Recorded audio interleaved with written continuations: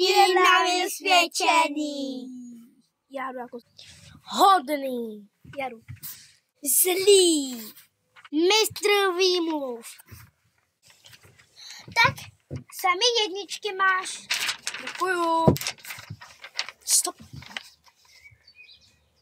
Mami, já dostal jsem jedničky.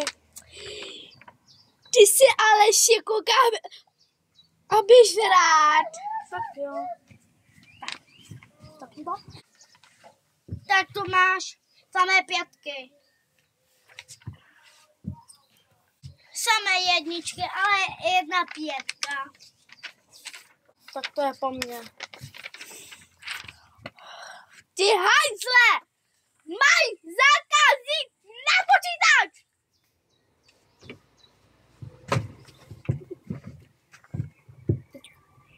Tak, můžu jít. Samý trojky. Všech samý jedničky, ale akorát dvě pětky.